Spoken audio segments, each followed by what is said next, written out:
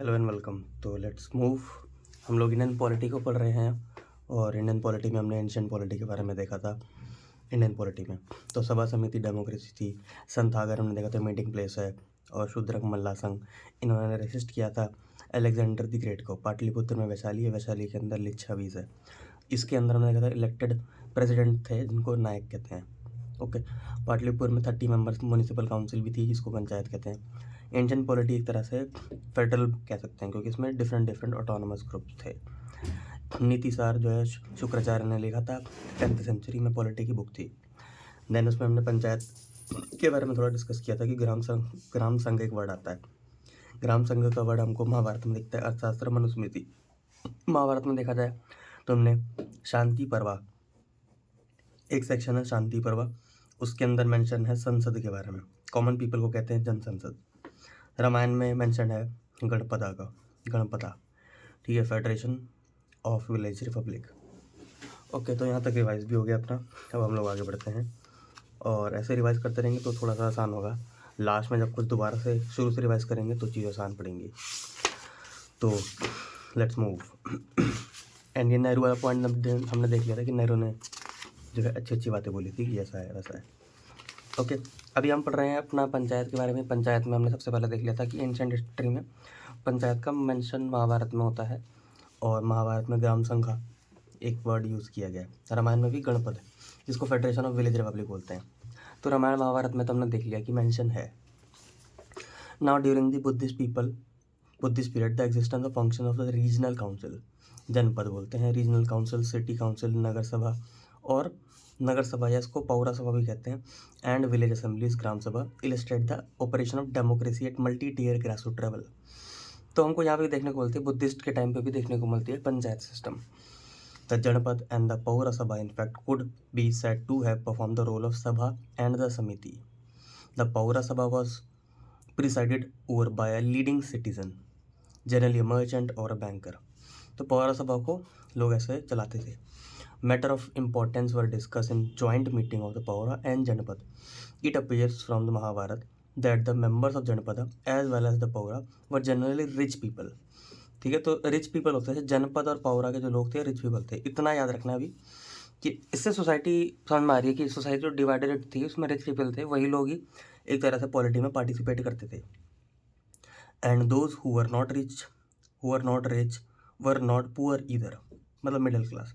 The Pora was divided into several sub-assemblies representing different interests. It was a sort of mother association of different bodies. The twin organism of Paura and Janapad serve a powerful check on arbitrary authority. एक तरह से parliament का काम करती थी ये, ठीक है। तो जनपद और पौरा, probably there could be no better example than those council, the application of local initiative and self-governance.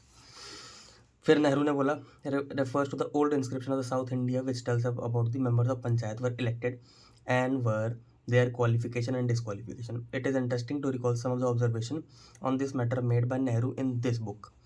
तो नेहरू ने कुछ कुछ बोला हुआ है कि कैसे सिलेक्ट होते हैं, कैसे इलेक्ट होते हैं वगैरह, ठीक है। बट अभी हम लोग ये लिख लेते हैं कि पौरा एंड जनपद, पौरा एंड जनपद, आई होप दिख रहा होगा, पौरा एंड जनपदा, ये बुद्धिस्ट के टाइम का है, बुद्धिस्ट पीरियड, ठीक। रिच पीपल पार्टिसिपेट करते थे, रिच पीपल पार्टिसिपेशन हमको देखने को मिलता है, ठीक है। और पौरा एंड जनपद जो है ये एक तरह से checks on arbitrary power, arbitrary power पे चेक करने के लिए एक इंस्टीट्यूशन है, यानी कि एक तरह से executive is responsible to legislation वाला जो बात है, जो हमने पार्लियामेंट्री फॉर्म सिस्टम में देखा था, वो यहाँ पे हमको देखने को मिलता है, ठीक है। पौरा एंड जनपद, अभी हिस्ट्री में भी आ सकता है क्वेश्चन, ठीक है। पौरा रिलेटेड किससे है, पौरा पॉलिटिक्स से रिलेटेड है या किससे रिलेटेड है, वो आपको एक बार पता होना चाहिए, ओके। अभी नेहरू के जो कमेंट हैं कि क्या है कैसा है, आई डोंट थिंक इतना कुछ काम का है ये, क्योंकि किसी बुक के रेफरेंस से वो क्वेश्चन नहीं पूछता है, बट हमको ओवरऑल आइडिया समझ में आना चाहिए कि कैसा क्या बोला जा रहा है एंशिएंट पॉलिटी के बारे में। Throughout the periods of monarchical form of government prevailing all over the countries and irrespective of the nature of the kings or sultans who ruled, village societal structure remains almost unchanged. जो लोग भी आए but village की society का structure था वो हमेशा unchange रहा है, तो ये इंडियन सोसाइटी में एक हमको कंडीशन है जो कंटिन्यू हुई है। एक आपने शायद जीएस मेंस का क्वेश्चन भी देखा होगा, अगर आपको नहीं पता, कि इंडियन सोसाइटी में कुछ कुछ चीज़ें कंटिन्यूड हुई हैं। तो कंटिन्यूड क्या हुई हैं, उसमें से एक एग्जाम्पल है village societal structure. The village communities in their local affairs continue to be govern by some sort of village council और panchayat. In Rajasthan for example the village council was call Panchkula. Rajasthan में विलेज काउंसिल को पंचकुला कहते हैं। Village council council का मतलब group होता है, ठीक है। तो Panchkula during the medieval times there was no caste restriction to become members of the village council, though no records appears to available अब about the election and selection of the members and their qualification, ठीक है। तो village society का structure वो same रहा है, ऐसा इस बुक में बताया हुआ है। अब क्या है, the panchayat system in fact represent an imperium in imperio. ये अच्छा वर्ड है, इसको मेरे को सर्च करना पड़ेगा कि क्या है, ठीक है। ये एक अच्छा वर्ड है। पंचायत सिस्टम रिप्रेजेंट करता है an imperium in imperio. I am not sure कि क्या है, बट देख लेंगे इसको बाद में, ठीक है। मैं सर्च करके आपको नेक्स्ट वीडियो में बताऊंगा, क्योंकि मेरे को भी नहीं पता है। तो लेट्स मार्क क्वेश्चन मार्क। तो ये है a state within a state. Okay, state है विद इन अ स्टेट, अच्छा लिख दिया है तो फिर तो अच्छा है। Imperium in imperio, state within a state, okay, that took care of people and their culture in the midst of invading armies that swept the length and breadth of the land, playing ducks and drakes with its prince and principalities। ठीक है, तो लोगों के interest को fill करने के लिए panchayat system ऐसा है जो जिसने हमेशा कंटिन्यू रखा है चीज़ों को, ठीक है। मतलब कि लोगों ने कितने भी अटैक्स करे, कुछ भी करे, बट पंचायत ही जो थी उसने प्रोटेक्ट करके रखा, लोगों की नीड्स को फुलफिल करके रखा है, ऐसे इसमें बोला हुआ है। तो पंचायत यही है, स्टेट इन स्टेट, जिसने लोगों को हेल्प किया। Except during periods of anarchy, village society was usually protected by its autonomous institution, which were too deep rooted to be disturbed by even the chronic instability of the kingdom and the Middle Ages. Though such village community exists in all parts of India, they seems to have been almost systematically organized in South India. South India में ज़्यादा organise है, ठीक है।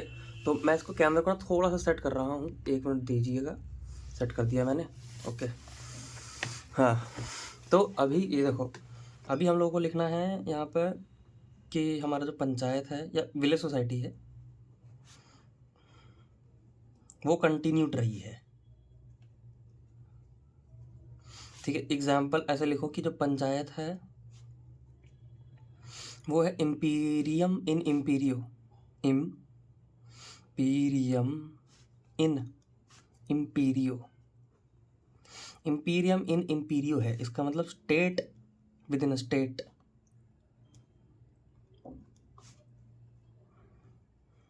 ठीक है। और एक point में लिख सकते हैं कि प्रोटेक्टेड फ्रॉम एक्सटर्नल इन्वेजन्स। जितने भी इन्वेजन्स हुए हैं हमारे कंट्री में, उससे क्या किया गया है, प्रोटेक्ट किया गया है। कुछ स्ट्रक्चर ऐसे हैं जो कंटिन्यूड रहे हैं, ठीक है। तो ये बात हुई एक हमारी इसकी। अब आएंगे ब्रिटिश, तो देखते हैं ब्रिटिश क्या करेंगे। जब भी ब्रिटिश को सिस्टम दिखेगा कि हाँ यहाँ पे विलेज सोसाइटीज़ हैं, पंचायत एग्जिस्ट करती हैं, तो पंचायत का हमको नाम कहाँ का दिखा है, ग्राम सभा दिखा है, ठीक है। और कहाँ दिखा है हमको, ग्राम संघ दिखा है, और रामायण में गणपति दिखा है, ठीक है। तो ये, और संसद का आपने बताया शांति पर्व में आपको संसद भी मिला है महाभारत के अंदर, ठीक है। एडवेंट ऑफ द ब्रिटिश, अच्छा ये सब हम क्यों पढ़ रहे हैं ये सब, क्योंकि यार हिस्ट्री में भी आ सकता है ये क्वेश्चन, ठीक है। क्योंकि ये जो बुक है मैंने आपको पहले बताया था, ये बुक सरकारी किताब है। इस बुक का नाम है NBT, नवभारत टाइम्स, ठीक है। नवभारत टाइम्स है, आई एम नॉट श्योर क्या है, फुल फॉर्म नहीं पता मेरे को। National book trust, sorry Navbharat times कह रहा हूँ, नेशनल बुक ट्रस्ट। तो ये सरकारी बुक है, और सरकारी बुक है तो सरकारी एग्ज़ाम भी सरकारी बुक से निकलता है, क्योंकि वो लोग भी वहीं से पेपर बनाते हैं, ठीक है। तो हमने कहाँ से पढ़ना शुरू किया था, वैसे हम लोग देख के चलते हैं ना थोड़ा, हाँ पेज 37 से पढ़ा था हमने, ठीक है। Let's move. Advent of British, almost from the very beginning of the recorded history India have faced a long section of foreign invasion, wave after wave of aggressor came and swept their fertile lands. By and large, all the groups of foreign invasion who came to India settled down in this country for good and tried to make it their home. They got Indianized, वो Indianized हो गए, and stuck roots in the soil of this country. The European however were an exception. European exception थे, बाकी जितने भी लोग आए ना, मुस्लिम जो आए थे वो इंडियनाइज हो गए थे। यूरोपियन जो थे वो एक्सेप्शन है। It was in the 16th to 17th century that they, for the first time, began to take interest in India on a large scale. The most important Among the early entrants were Portuguese, the Dutch, the French, and the British. None of them came to make India their home. They were all attracted by the stories of India's fabulous wealth and affluence, and by excellence of her manufactured goods, which had a big market in Europe. तो पता ही आप लोगों को क्यों आए थे वो लोग ट्रेड करने आए थे यहाँ पे, बहुत अच्छा वेल्थ भी था इसीलिए. They came as a trading company with the avowed aim of increasing trade with India. Till the beginning of 18th century, none of these European companies could venture into to meddle to this country's politics. कोई enter नहीं कर सकता था. The policy of every foreign company was to concentrate on trade and make the maximum profits. तो profits बनाना उनका शुरुआत में M था. Like other European companies, the British also came in India as a trading company. The company of the British merchant were incorporated on London. इस दिन बनी थी ये 31 December under the charter of queen Elizabeth. Charter दिया था, charter यानी कि एक तरह से परमिशन दी था कि तुमको चार्टर दे रहे हैं हम लोग. The company later known as East India Company set up depots और factories as they were styled at Bombay, Madras and Calcutta with a view to securing advancement in trade and merchandise. In course of time, these depots became three principal settlements to which the other were placed in subordination. तो ये तीन important उनके क्या बन गए, depot बन गए. देखो डिपॉट्स, ये वर्ड अच्छा है. डिपॉट्स का मतलब कुछ नहीं, फैक्ट्री होता है. ठीक है, तो कभी कभी आप लोग फैक्ट्री लिखोगे, कभी कभी आप डिपोट भी लिखोगे अपने आंसर में. ठीक है, तो यही आपको क्या बनाया है, डिस्टिंक्टनेस देगा आपके आंसर में. फैक्ट्रीज को ये डिपोट बोलते हैं. तो डिपोट्स क्या बन गए, इंपॉर्टेंट बन गए. So as to be constantly widening their areas of trade and obtain from the Indian rulers greater concession, the company soon spread a wide network of military and administrative system. By 1690, they had gained a number of footholds in India by very shrewdly exploiting the internal disunity and discord among the princes of India for their nefarious end. तो उन्होंने अपने profit के लिए क्या क्या किया वो सब इसमें लिखा हुआ है. ठीक है, डिवाइड एंड रूल वगैरह, इंटरनल डिसयूनिटी को एक्सप्लॉइट किया. ओके, तो यार अभी जितना भी इसमें काम का है वो मैं लिख लेता हूँ. काम का क्या है यहाँ पे, काम का कुछ नहीं है. जैसे ब्रिटिश आए तो ये नहीं कि क्या है, कैसे क्या किया हुआ तो पता ही है. ब्रिटिश में सबसे पहले बस हमको ये लिखना है कि फैक्ट्रीज को इन्होंने डी पॉट्स बोला है. डी पॉट्स, बस जो वोकैबलरी है. ठीक है, ये कुछ ऐसा है जो टीचर तो आपको पढ़ाता रहता ही है. ठीक है, बट बुक्स में ना वोकैबलरी मिलती है, जो वोकैबलरी हमको लिखते जाना है, रटता जाना है और ये यूज़ भी करना है अपने मेंस एग्जाम में, तभी डिस्टिंक्टनेस आएगी, वरना तो कोई डिस्टिंक्टनेस आने वाली नहीं है. ठीक है, और ये बुक ऐसा भी नहीं कि 5-6 बार पढ़नी है, एक बार पढ़ो, एक बार अच्छे से नोट बना लो, फिर नोट्स पढ़ो, ये बुक फेंको फिर. ठीक है, तो इसीलिए अगर आप लोगों ने बुक नहीं लिया है और इसी से पढ़ रहे हो तो it is also good enough. बस आप लोग सुनते जाइए, नोट्स बनाते जाइए बस. और नोट्स नहीं बना रहे तो यार ये नोट्स हैं, बट ज़्यादा लोगों की डिमांड आएगी तो मैं इसका फ़ोटो खींच के मैं कहीं ना गूगल ड्राइव पे अपलोड कर दूंगा. ठीक है, तो लेट्स मूव.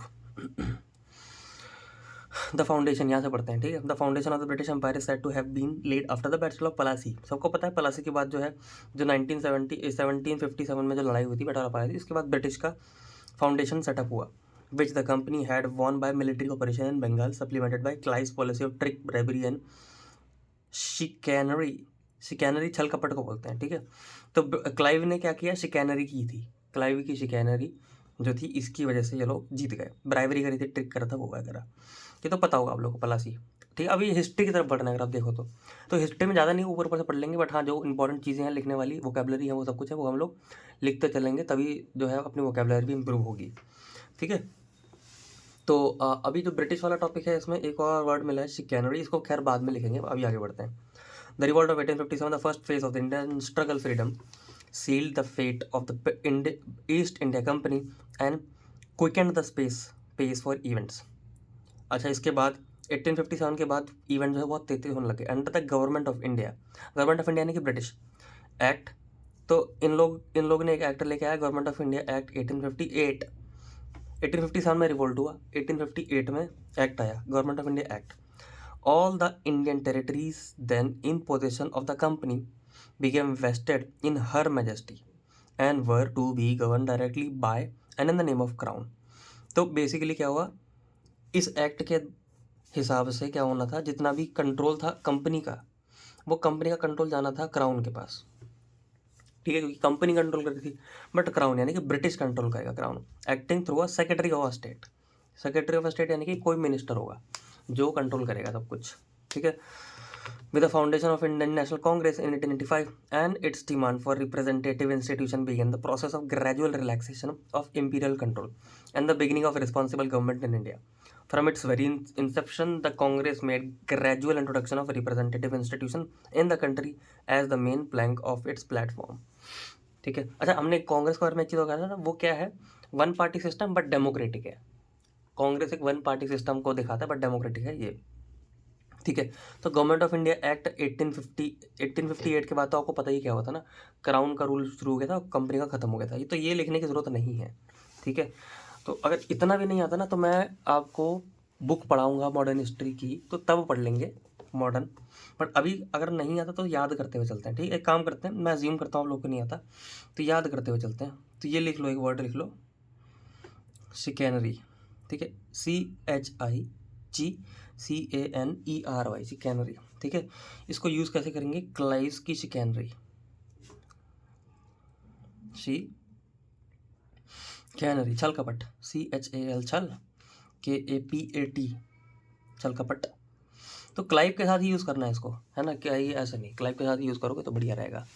बाकी डिपॉट्स तो हमने देख लिया, तो जो जहाँ काम की चीज़ें हैं वो तो ठीक है, बट मैं लिखवाऊंगा नहीं अभी, मैं बस आपको बता दूंगा कि ऐसा होता है वैसा होता है। जैसे मोरलेमेंटो रिफॉर्म्स, अगर आपको नहीं पता तो ये मॉडर्न हिस्ट्री का टॉपिक है, वैसे तो सही बताऊँ अपने को ऐसे पढ़ना भी नहीं चाहिए, बट ठीक है चलो, अगर लिखा हुआ है तो लेट्स रीड इट आउट कि क्या है।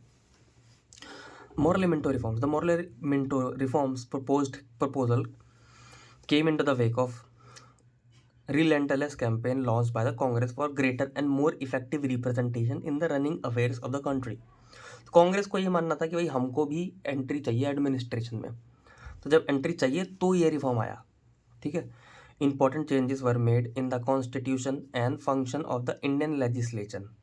तो चेंजेस किए गए, कॉन्स्टिट्यूशन में चेंजेस किए गए और इंडियन लेजिस्लेशन में चेंज किए गए बाय द एक्ट ऑफ 1909, ठीक है। तो 1909 का जो एक्ट था, ये वाला एक्ट, ये वाला एक्ट जो था, इसके हिसाब से कॉन्स्टिट्यूशन और इंडियन लेजिस्लेशन में एक्ट हमने चेंजेस किए थे, ठीक, ब्रिटिश ने, ठीक है।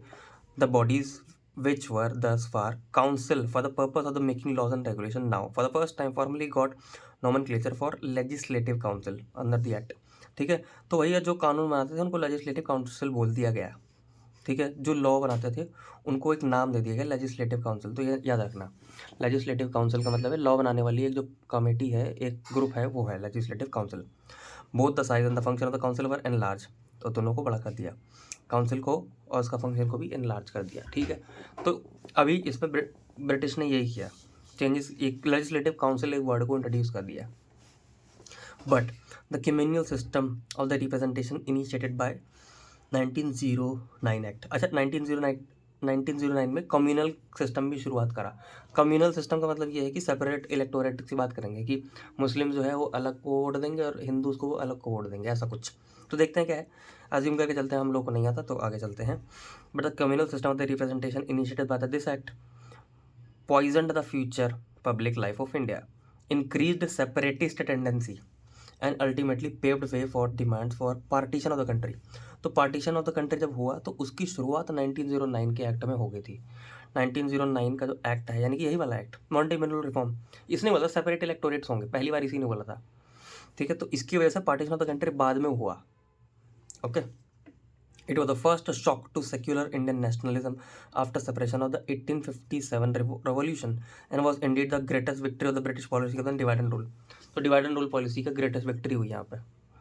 The outbreak of World War I brought into a sharp focus on principle of self-determination and intensified the spirit of Indian nationalism। क्योंकि वर्ल्ड वॉर 1 खत्म हुआ तो कंट्री लड़ रही थी, तो इंडियन नेशनलिज्म भी बढ़ा और इंडिया में सेल्फ डिटर्मिनेशन की भी बात चल रही थी कि हम अपनी कंट्री को सेल्फ डिटरमाइन करेंगे, ठीक है।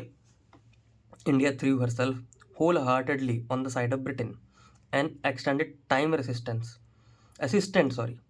असिस्टेंट दिया throughout the process of war in man, money and resource. India ने फुल सपोर्ट किया ब्रिटेन को वर्ल्ड वॉर 1 में।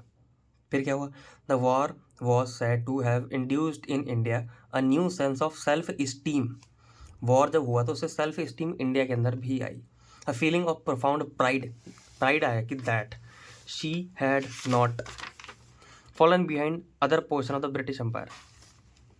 ठीक है, तो वो पीछे नहीं है ब्रिटिश एम्पायर से। ठीक है, कि ब्रिटिश एम्पायर के जो अलग अलग पोर्शन है उससे पीछे इंडिया नहीं है। इंडिया ने फुल बढ़ चढ़ के साथ दिया है वर्ल्ड वॉर 1 में।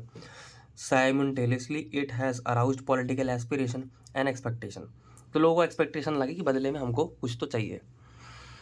It was the hope that after conclusion of the war and the victory of the British and the allies, India would offered appropriate political rewards and the government would at least announce grant for some political advancement in the shape of self government। Self government मिलेगी, इसकी एक तरह से anticipation थी, यानी कि एक तरह से इसकी उम्मीद थी कि होगा। If not completely emancipation from the foreign rule. So self government तो होना चाहिए अगर पूरा नहीं हो रहा तो। But when the war ended with the victory of the allies, the government or opportunity failed to show any willingness। तो कुछ नहीं हुआ भैया, कुछ भी नहीं हुआ। ठीक है, तो यार ये वैसे अगर देखा जाए हिस्ट्री का पार्ट है, अगर पढ़ ही रहे हैं तो लेट्स राइट इट आउट। ठीक है, अगर आप लोग ने मॉडर्न नहीं पढ़ा मेरे साथ तो हम लोग मॉडर्न को बहुत अच्छे तरीके से पढ़ेंगे जैसे हम पॉलिटी में पढ़ रहे हैं अभी। बट चलो लिख लेते हैं, ज़्यादा कुछ है नहीं तो लिख लेना चाहिए भी, क्योंकि अगर लिखा है बुक में तो why not right. I hope दिख रहा होगा। Minto Morley reforms. ठीक है, तो इसमें बोलेंगे introduced legislative council. Legislative council word, ये वर्ड का इंट्रोडक्शन होता है सबसे पहले तो ये। ठीक है, सेपरेटिस्ट टेंडेंसीज।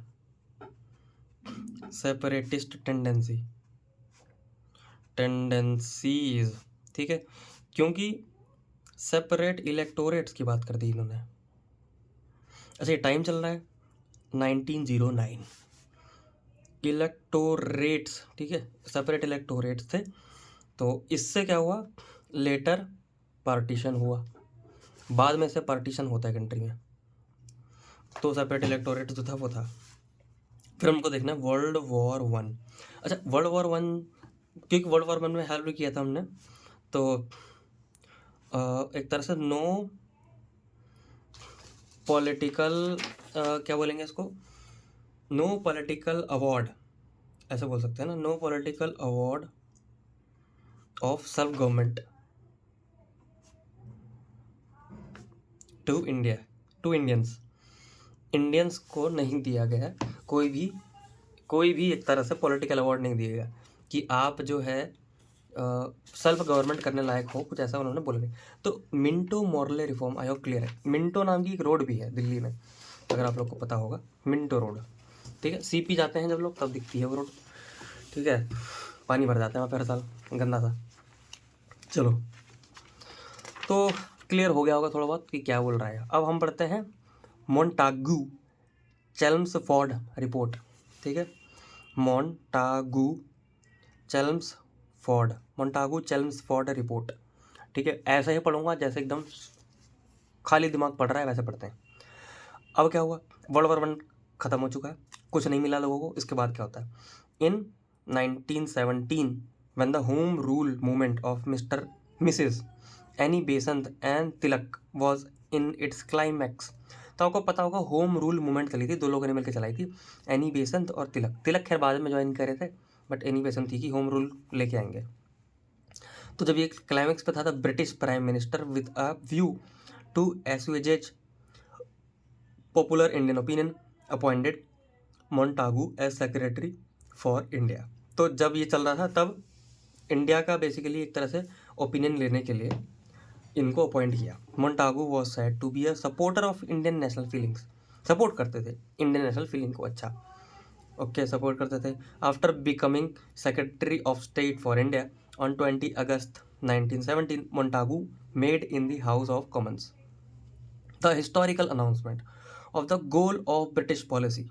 उन्होंने अनाउंस करी, being the grant of responsible government to the people of India by stages. तो गवर्नमेंट जो होगी वो रिस्पॉन्सिबल होगी, ऐसी बात करती है इसने।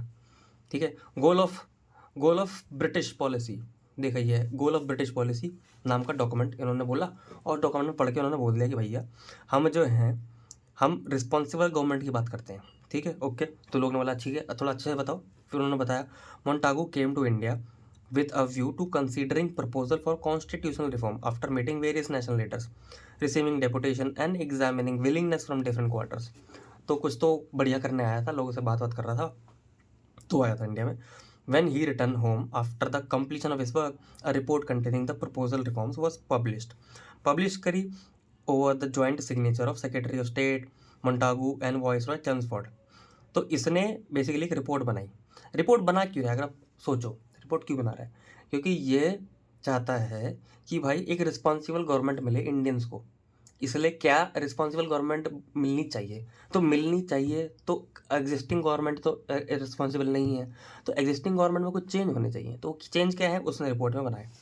This was later to be known as Montagu Chelmsford report and the first comprehensive study that had yet been made for the whole problem of the Indian government.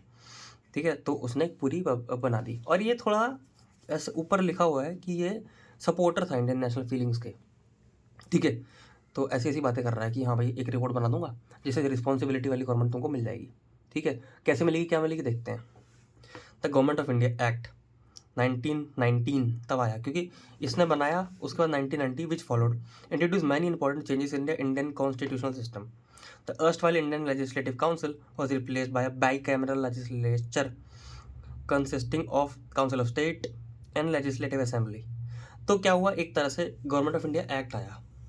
ये जो एक्ट आया ये 1919 में आया, बट इसकी रिपोर्ट कब आई थी अगर आप देखो तो 1 साल पहले ही आई थी। तो यानी कि इसकी रिपोर्ट के हिसाब से ये एक्ट बनाया गया जिसमें बोला चेंजेस करने हैं। तो क्या चेंजेस करने हैं, तो इंडियन लेजिस्लेटिव काउंसिल जो एक पूरा लेजिस्लेटिव की बॉडी थी उसको रिप्लेस कर दिया, उसको 2 बना दिया। Bicameral legislation, bicameral legislation यानी कि लेजिस्लेटर की 2 बॉडी होंगी, पहले एक थी अब 2 होंगी। ठीक है, consisted of council of state, एक होगा काउंसिल ऑफ स्टेट जिसमें स्टेट से बंदे आएंगे यानी कि राज्यसभा टाइप के स्टेट से आएंगे, upper house and legislative assembly एक दूसरे होंगे जो असेंबली वाले होंगे, तो अपर हाउस लोअर हाउस। ठीक है, तो बाई कैमरल बनता है यहाँ से। Even though some of the nominating member was retained, each house was to have an elected majority होनी चाहिए दोनों हाउस में। Members were to be elected directly by constituency delimiting by the rules frame under the act. और इसमें delimited करके constituency define कर दी कि वहाँ से इलेक्ट होके इन दोनों में आएंगे। ठीक है, इलेक्शन के द्वारा आएंगे। The electoral qualification prescribed varied widely and were based on communal affiliation. और बट जो क्वालिफिकेशन थी कि आप इलेक्शन में खड़े हो सकते नहीं हो सकते, वो एक तरह से ना उतनी सही नहीं थी, वो एक तरह से डिवाइड एंड रूल ही करती थी, कम्युनल एफिलिएशन करती थी, रेजिडेंट एंड प्रॉपर्टी क्रेडेंशियल। तो किस बेसिस पे आप इलेक्शन में खड़े हो सकते हो उसके बारे में बात करी। ओनरशिप या ऑक्यूपेंसी ऑफ ए बिल्डिंग, और असेसमेंट टू और payment of income tax, assessment to और पेमेंट ऑफ म्यूनिसिपल और कैंटोनमेंट रेट्स और tax, the holding of land, membership of local body. तो ये एक्ट आया, इसने 2 तो बना दी, बट 2 में जो लोग आएंगे बंदे आएंगे उनकी जो इलेक्शन के जो एक तरह से रूल्स हैं वो वैसे थे जो डिवाइड ही कर रहे थे लोगों को एक तरह से। ठीक है, the act of 1990 was not at all favourable receive by public opinion in India. तो उतना अच्छा नहीं था, सिंपल सी बात यह है। Tilak term 1990 reform as dissatisfying, disappropriate and a sun without a morning. एक सन तो है बट उसकी कोई मॉर्निंग नहीं है, तो सूरज से उम्मीद तो आई थी पर उसने कोई सुबह करी ही नहीं। ठीक है, तो ये है मोंटागू चेम्सफोर्ड रिपोर्ट। तो मोंटागू चेम्सफोर्ड रिपोर्ट, खैर हम लोग मॉडर्न हिस्ट्री की तरफ आ गए हैं, बट कोई बात नहीं है, सुभाष का जब लिखा है तो कर लेते हैं यार। ठीक है, क्योंकि यूपीएससी की प्रिपरेशन बहुत ही इंटीग्रेटेड है। मोंटागू चेम्सफोर्ड रिपोर्ट, ठीक है, बनी कब थी ये, 1918 में बनी थी। ठीक है, तो और इसने बोला था कि हम क्या करेंगे, एक तरह से गोल ऑफ ब्रिटिश पॉलिसी बनाएंगे, गोल of British policy, goal of British policy बनाएंगे। तो इनके बाद 1990 में आया गवर्नमेंट ऑफ इंडिया एक्ट। ये गवर्नमेंट ऑफ इंडिया एक्ट आया, जिस एक्ट में क्या क्या बोला गया कि जो इंडियन लेजिस्लेटिव काउंसिल था उसको रिप्लेस कर दो भैया किससे, बाई कैमरल लेजिस्लेशन। दो होंगे, बाई कैमरल में दो होते हैं, ठीक है, इसको डिटेल में पढ़ेंगे बाई कैमरल को बाय द वे, ठीक है। तो वो होंगे, बट इसके जो इसके जो इलेक्शन के जो रूल्स थे वर एक तरह से कम्युनल, ठीक है। इलेक्टोरल क्वालिफिकेशन जो थे वो अच्छे नहीं थे। तो इलेक्टोरल क्वालिफिकेशन हैड डिस्क्रिमिनेशन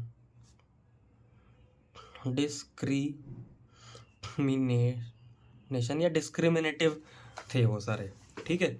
और तिलक ने इसको क्या बोला, देन तिलक ने इसको बोला सन विदाउट मॉर्निंग, इस एक्ट को बोला सन विदाउट मॉर्निंग, ठीक है, ओके।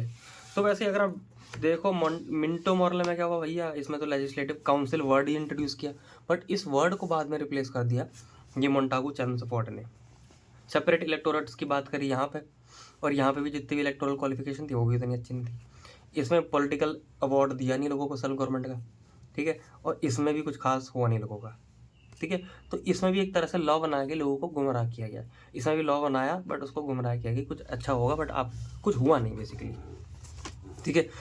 इसके बाद भी लोगों का मूड ख़राब हुआ क्योंकि कुछ मिला नहीं, और इसके बाद भी लोगों का मूड ख़राब हुआ कि भाई हमारे तो बात कर रहे थे कि इंडिया के तुम हित में बात करोगे, बट कुछ हुआ ही नहीं, ठीक है। क्यों नहीं हुआ, क्योंकि इलेक्टोरल क्वालिफिकेशन ही इतने ख़राब थे इसके। बाई कैमरल बना दिया, बाई कैमरल बनाने का सेंस क्या है आप बताओ, ठीक है।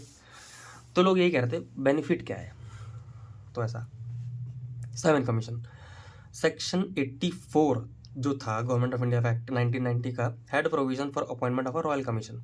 इसमें लिखा था कि रॉयल कमीशन आ सकता है at the expiration of 10 years, क्योंकि जब हमने 1919 में बनाया है हर 10 साल के बाद वो रिव्यू होगा, ठीक है, after passing of the act for the purpose of enquiring कि भैया काम बढ़िया कर रहा है कि नहीं कर रहा है, and for reporting to whether to what extent it is desirable establish करना चाहिए प्रिंसिपल रिस्पॉन्सिबल गवर्नमेंट आ गई है कि नहीं आ गई है, और टू एक्सटेंड मॉडिफाई करना है डिग्री ऑफ रिस्पॉन्सिबिलिटी, ठीक है। और क्वेश्चन ये पूरा लिख दिया गया यहाँ पे, ठीक है। According to a commission was to be appointed in 1929, क्योंकि 10 साल देखो ना, यहाँ से 10 साल देखो 1919 है 10 साल तो 29 हो जाएगा, तो 29 में कमीशन आना था रॉयल कमीशन, और कहाँ लिखा है सेक्शन 84 में लिखा है, ये याद रखना, सेक्शन 84 याद रखना। सेक्शन 84 में लिखा है कि 10 साल के बाद तुम कर सकते हो अपॉइंट। इन नवंबर 1927 2 ईयर्स बिफोर, 2 साल पहले भैया the appointment of commission was announced by royal warrant, but the commission chairman sir John Simon and all its member were chosen from British parliament. British parliament से लोग आ गए और उसमें इंडियन एक भी नहीं था, ठीक है, इंडियन एक भी नहीं था। While all white Simon commission was boycotted from all over Indian parties, सबने उसको बाद में क्या कर दिया, बॉयकॉट कर दिया कि आपने आपको रिव्यू करने तो आ रहे हो बट इंडियंस का है इसमें, तो आप अपने हिसाब से रिव्यू कर दोगे। Before the Simon commission could begin its work the all India Congress committee at Bombay session in May में क्या हुआ, pass the resolution calling about the working committee to frame a swaraj constitution. बोला उनको छोड़ो, बेकार लोग हैं, घटिया लोग हैं, तुम एक स्वराज कॉन्स्टिट्यूशन बनाइए, कांग्रेस ने बोल दिया। Based on declaration of rights for India in consultant with the election of the members of centre and provincial legislature and the other leader of political parties and place the same before a special meeting in all India Congress committee. और एक constitution बनाओ स्वराज और उसको कांग्रेस के सामने रखो with a view to its adoption by the Congress in its next session. The committee को head किया मोतीलाल नेहरू ने, presented a unanimous report within 3 month, all parties conference held in Lucknow. फिर लखनऊ में एक तरह से कॉन्फ्रेंस हुई, इसको बोला गया बाद में नेहरू रिपोर्ट।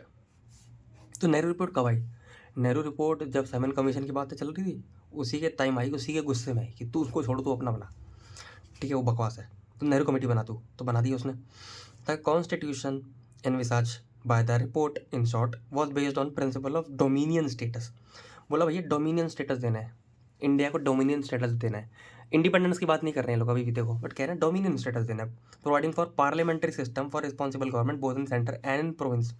तो डोमिनियन स्टेटस का मतलब है पार्लियामेंट्री सिस्टम लेके आओ, हमने पॉलिटिकल सिस्टम में पढ़ा था कि पार्लियामेंट्री सिस्टम ले आओ, क्योंकि एग्जीक्यूटिव अगर ब्रिटिश होगा भी तो वो रिस्पॉन्सिबल होगा लेजिस्लेचर को, और लेजिस्लेचर इंडियन से बनेगी, ठीक है। तो सेंटर पे भी लेके आओ और प्रोविंस पे भी लेके आओ, यानी कि स्टेट व सेंटर पे दोनों में आप पार्लियामेंट्री सिस्टम लेके आओ, डोमिनियन, इसी को डोमिनियन बोलते हैं, तो ये लेके आओ।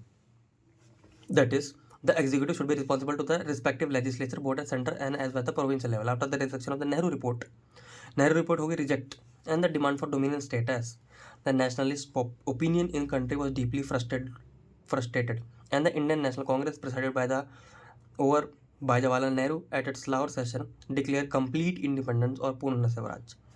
ठीक है, तो बाद में क्या होता है, ये जो रिपोर्ट थी वो लोगों के द्वारा रिजेक्ट हो जाती है कि नहीं भैया डोमिनियन स्टेटस नहीं, हमको फुल इंडिपेंडेंस चाहिए। तो फुल इंडिपेंडेंस चाहिए तो ठीक है, लाहौर में जाके क्या बोल दिए, पूर्ण स्वराज। ठीक है, तो लाहौर में जाके इन्होंने डिक्लेयर कर दिया कंप्लीट इंडिपेंडेंस चाहिए हमको। पहले डोमिनियन की बात चल रही थी, जब ये रिजेक्ट हुई तो पूर्ण स्वराज पे आ गए। ठीक है, तो थोड़ा बहुत क्लियर हो रहा होगा, बाकी मॉडर्न हिस्ट्री में इसकी डिटेलिंग है पूरी जो हम पढ़ेंगे, तो डोंट वरी अबाउट इट। उसके लिए एक बहुत ही मोटी बुक से हम पढ़ेंगे, इतनी मोटी बुक है वो। ठीक है, तब मजा आएगा पढ़ने में। The period from this and this. अच्छा, इसके बाद क्या हुआ, क्योंकि इवेंट आपको समझ में आया ना, साइमन आया, साइमन के बाद नेहरू रिपोर्ट आया, नेहरू रिजेक्ट हो गया, फिर पूर्ण स्वराज आ गया। उसके बाद क्या हुआ, इससे लेके 4 साल तक witness a strong nationalist movement under the leadership of Congress. अब नेशनलिस्ट मूवमेंट आ गई, a series of round table conference आई कि भैया बात मान जाओ, तो जो अच्छा तुमको क्या मानना है, तो उसके लिए राउंड टेबल कॉन्फ्रेंस। ब्रिटिश ने बोला ठीक है, तुम राउंड टेबल कॉन्फ्रेंस में आ जाओ, अपनी बात रख लेना। Followed in the wake of civil disobedient movement, और गांधी ने भी सिविल डिसोबीडियंट मूवमेंट शुरू कर दिया कि नहीं भैया ये गलत हो रहा है। Started by Gandhi and severe repression restored to British rule. The British government published a white paper in March giving a complete outline of a new constitution. उन्होंने बोला हम अपना ही बना देते, तुम छोड़ो। The scheme contained provision for a federal setup and of provincial autonomy. अब province को ऑटोनॉमी दे देंगे, ऐसा कह रहे हैं। फेडरल सेटअप होगा जिसमें प्रोविंस यानी कि स्टेट को ऑटोनॉमी दे देंगे और सेंटर अपने साथ चलता रहेगा। There was vehement reaction to the white paper and it was found unacceptable to any nationalist section. सबने बोला नहीं, हमको तो पूरा ही चाहिए। Practically all section of Indian opinion condemned it as a waste paper.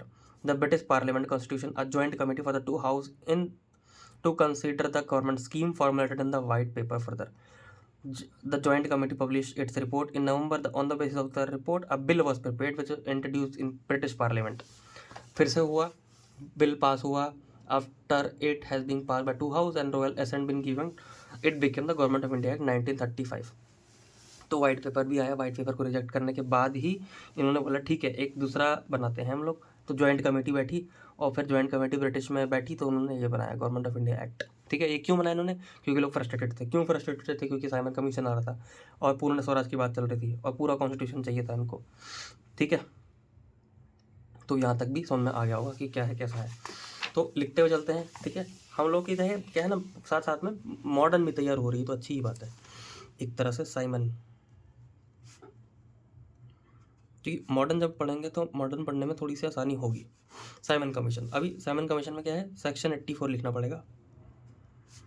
Section 84 of government of India act 1919। इसमें क्या कहता है, 10 ईयर रिव्यू होगा। 10 ईयर रिव्यू होगा जो होगा। ठीक है, तो बट इसके 8 साल में ही हो गया रिव्यू, मतलब 1927 में ही क्या हुआ, एक तरह से साइमन कमीशन आता है। साइमन कमीशन आता है जो रिव्यू करेगा इसको। और रिव्यू किस चीज़ को करेगा, रिस्पॉन्सिबल गवर्नमेंट है कि नहीं, रिस्पॉन्सिबल गवर्नमेंट को चेक करेगा। Checking the responsible government is there और नॉट, तो वो चेक करेगा। तो साइमन कमीशन आता है। Know Indians,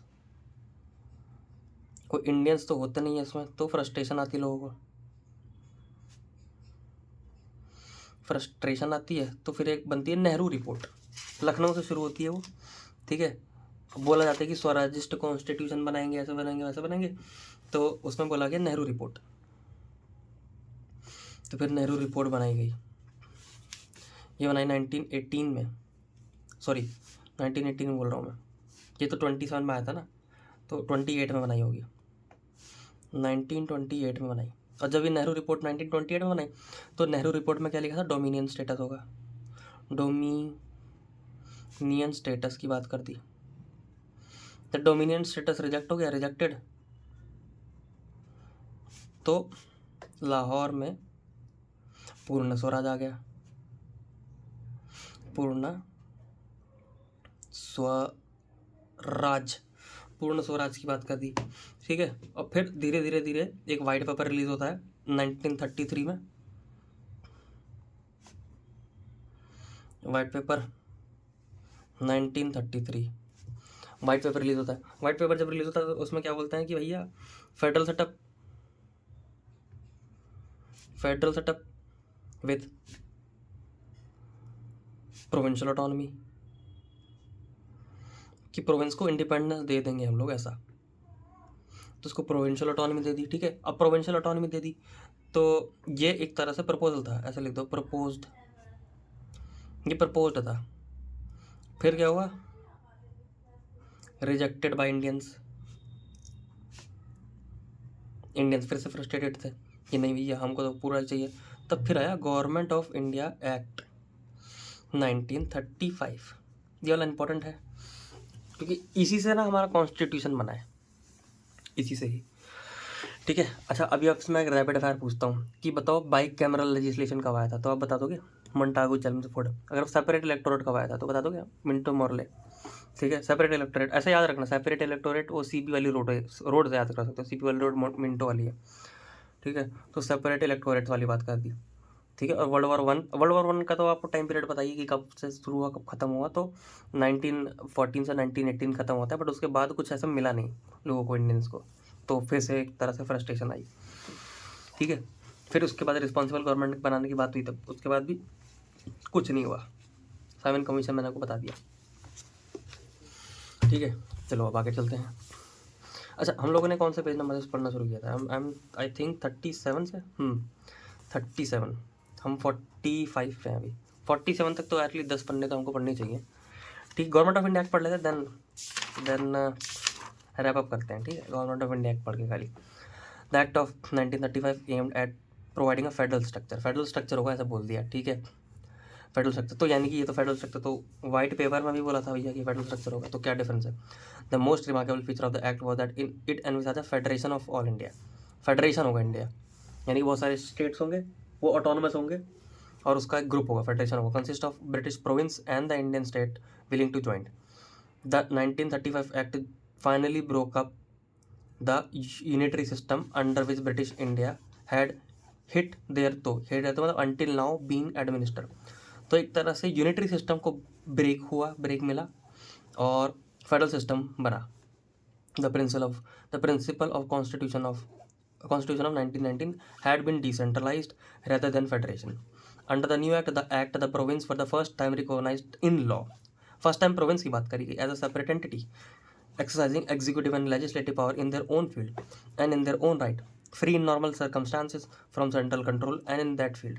The proposed federation could come into being only after rulers representing not less than half of the aggregate population of the Indian state and entitled to one half of the seat allocated to them collectively in the federal upper chamber had acceded to the federation. तो कुछ condition है, condition के हिसाब से basically federal structure काम करेगा, यानी कि कुछ पॉपुलेशन, हाफ पॉपुलेशन जो है माननी चाहिए कि हमको ऐसा कुछ करना वैसा, ठीक है। तो ये तो छोड़ो, ये काम का नहीं है। आगे, the federal part of the this act however never came into operation as the princely state भी थे could not be persuaded to accede into federation, क्योंकि प्रिंसिली स्टेट भी तो थे। अगर आप सोचो तो प्रिंसिली स्टेट कैसे जो है प्रोविंस बन जाएंगे, कैसे वैसे स्टेट गवर्नमेंट बना लेंगे। तो प्रिंसिली स्टेट एक इशू था। As a result the constitution, princely state बता ना राजा रजवाड़े जो थे, as a result the constitution of the central government in India remained the same as it was under this. तो सेम ही रहा एक तरह से कॉन्स्टिट्यूशन ऑफ सेंट्रल गवर्नमेंट जो था, with such modification as were necessitated by the introduction of autonomy in the province. Thus, no council of minister responsible to legislature was appointed at the center, ठीक है। तो एक तरह से council of कोई ऐसा नहीं है जो सेंटर पे है। Thus, no council of minister responsible to legislature was appointed, तो कोई अपॉइंट नहीं हुआ सेंटर पे। And the power and function of the central legislation as provided in the act remain unchange until Indian independent act. तो इन्होंने बातें तो करी बट कुछ इंप्लीमेंटेशन के टाइम पे प्रिंसिपली स्टेट वाले इशू आ गए, तो इम्प्लीमेंटेशन में दिक्कत आई। The Congress felt that the act had been imposed on India against the declared will of its people। तो लोगों को लगा नहीं, फिर से हमारे ऊपर डिक्लेयर कर दिया गया ये act. The Indian people, the Congress declared, could only recognize the constitutional structure which had been framed by them, क्योंकि ये तो बनाया तो ब्रिटिश नहीं था। The Congress stood for a genuine democratic state in India where political powers had been transferred to the people as a whole and the government is under their effective control. Such a state, Congress believed, could only come into existence through a constitution assembly.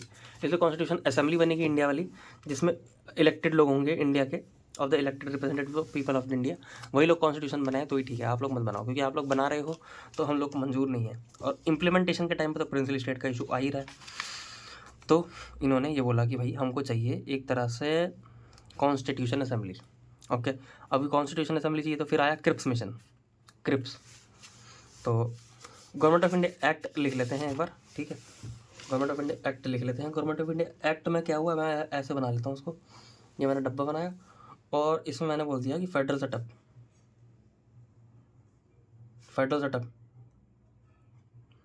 हुआ, ठीक है. और federal setup, unitary system जो था वो broke हुआ,